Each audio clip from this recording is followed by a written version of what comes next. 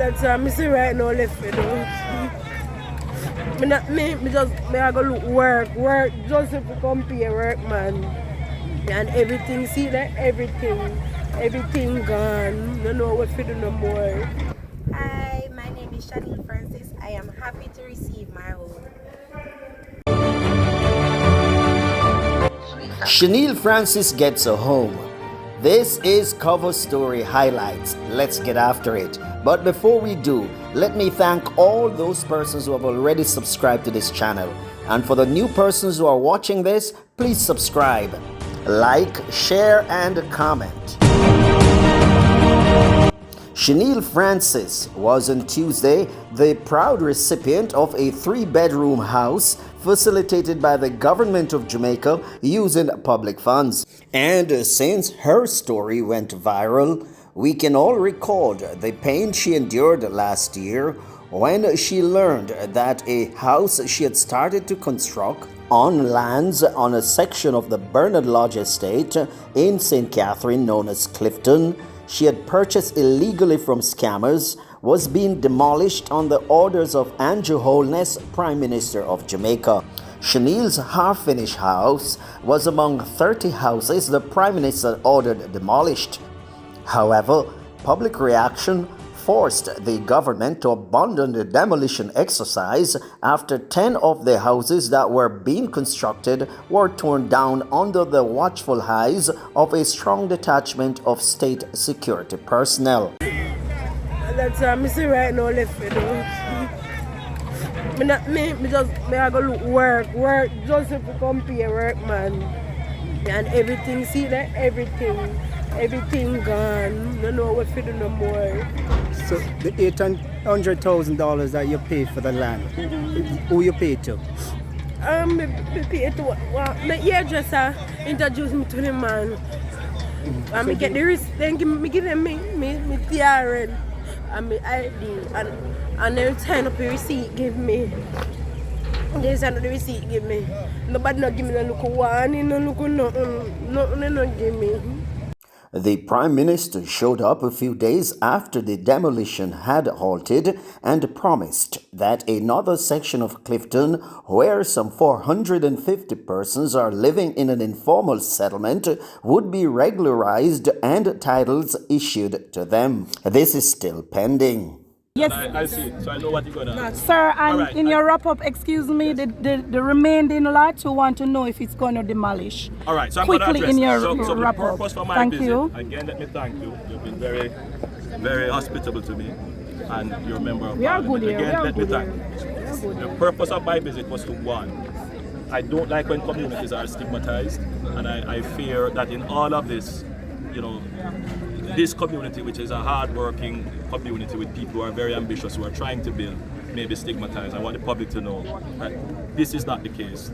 This community started with sugar workers. We occupied the lands and would have some rights to the land. Yes, the government acknowledges that and has been working for almost 20 years to have through various administrations, to have the community regularized. And that's how long it takes sometimes to do the survey, cut up the land, budget for the infrastructure. So the community of Clifton, which is already surveyed, lots are marked out, titles are already there, this community has nothing to fear.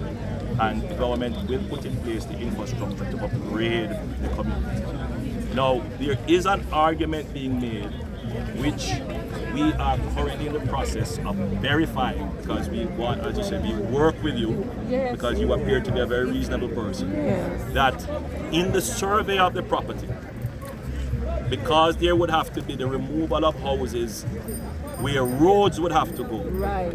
Some of those houses would have to be relocated. Right. Yes, sir. Now I want you to appreciate what I'm saying, so that the public understand why we have to act as well.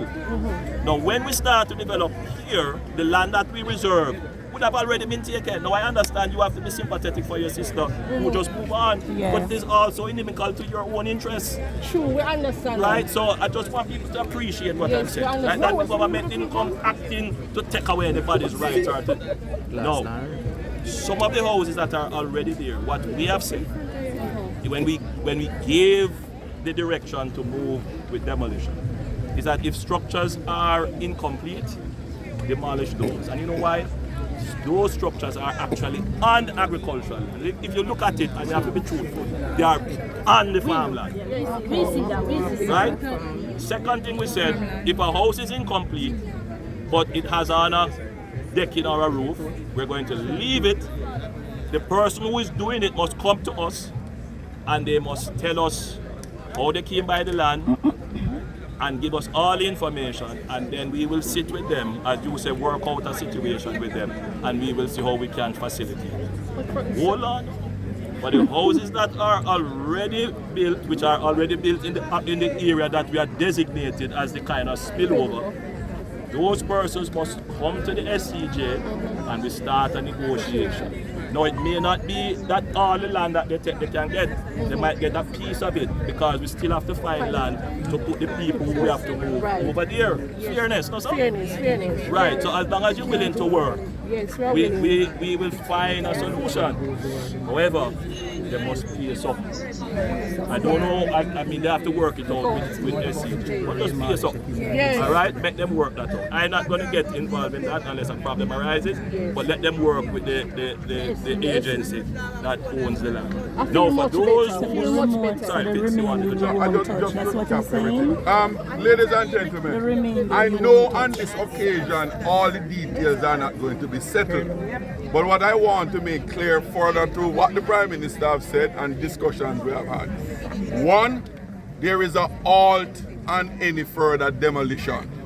That's number one. That means cease. That halt will continue until the dialogue spoken of, Natalie spoke about the background, that dialogue continues with SCJ and establish in a 1, 2, 3 way what is going to be done in respect of those houses that have already been demolished, those houses that have started construction, those lots that were allotted but there is no construction yet. All of those will be addressed. Until that is done, no further action will be taken because we want to make sure that no further injury occurs to anybody who is undeserving of it. Now, fast forward to Tuesday, December 19, 2023. The Prime Minister used public funds to build a house for Shaniel just across from the house she was constructing. We will examine what we believe to be his motivations later in this video. On behalf of the social housing program funded by the government of Jamaica, it is indeed my great pleasure to hand over to you in time for Christmas. Yes. Your own house. Yeah. Thank you. Well built, formally done, and I would say this is going to assist you in creating the intergenerational wealth, because this is not just for you, but I know you have told me that you have to look out for your mother and your other siblings. So this is going to help the family. So if I have ever given a Christmas gift, this is it. Merry Christmas. Here, here. No hugs? Of course, may I get a hug? I know that you're going to do all kinds of things to spruce it up. Lovely. This is a 3-bedroom unit. Yeah. Right, so this is one. I'm sure you're going to make this your bedroom. And you have another one here. And they're all really big size. Yes. This is the bathroom. Bathroom, nice. And another bedroom. Very good. Very nice. Very nice. We're going to do a brief signing ceremony. The social contract essentially says that Shaniel, as a beneficiary, you agree to maintain the house in the condition that you received it, if not better. You agree that you will only use the house for your residence. So I'm not expecting to see Shaniel's hair and beauty salon. No, it's just for your house. And that you will not rent the house either. Right? So if I come back and I say, where's Shaniel? And the people say, well, she only come collect the rent, and you know you'll be in problem, right? So you should be renting out the house. But we also ask that if your circumstances change and you decide to put on 2 more stories on the house, which I notice you're not doing because it might very well be your intention to put on more rooms and to expand, as it is the ambition of every Jamaican to have a palace, and that is perfectly something that I support. You always want to develop your house and do as best as you can with it. But if you choose to do that, you must first of all notify the Ministry of Economic Growth and Job Creation and get the approvals from the parish council. For me, as a young lady, to receive a brand new house, and thanks to everyone who come out to support me, and thanks to Jamaica, everyone that was on my side and supported me. Thank you. I remember last year, October it was, when you got the message and you came here and you saw the tractors hitting your house down, how devastated you were. Tell me from that time until now and what you're experiencing now. Tell me the feeling. Well, I'm over happy. I cannot even explain how I'm feeling now. Because, you know, last year was very tragic. But I cannot complain because, remember, I didn't go the legal way. But now, I'm in the house, legal, yes. So you're very fortunate to be Yes. one out of 30 persons who actually lost their house, their house that they were building. So tell me how you feel about the other persons that been as fortunate as you. Well, it's sad, you know, but if you want help, you have to seek it, you have to speak out for yourself. Right. Yes, I did that for myself. Because I remember the morning when the Prime Minister visited, how perturbed you were. Yes. And you insisted that nobody was going to stop you from making your case. Yes, you have to speak. So you felt that you spoke out Yes, and I got the help. and you got the help. So what are some of your plans now that you have a home? Well, my plans is to make my home comfortable to my liking. Yes. And I'm quite sure you'll be going in for Christmas. Huh? I'm quite sure you'll be moving in for Christmas. Yes. You plan to put up Christmas tree and all that? No, I won't. Uh-huh. Yes. But I will buy furniture, new furniture and stuff to make it comfortable. And yes, we are happy for Shaniel. She's now the proud owner of a piece of the rock, as we like to say in Jamaica. But what about the others who were victims of the Prime Minister's order? We believe he should have completed all the other houses and have the 450 titles ready before having a handing over exhibition.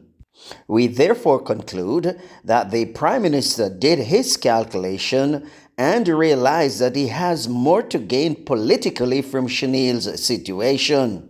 So his claim about being a caring Prime Minister falls flat.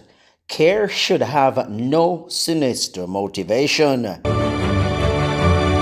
And that was Cover Story Highlights.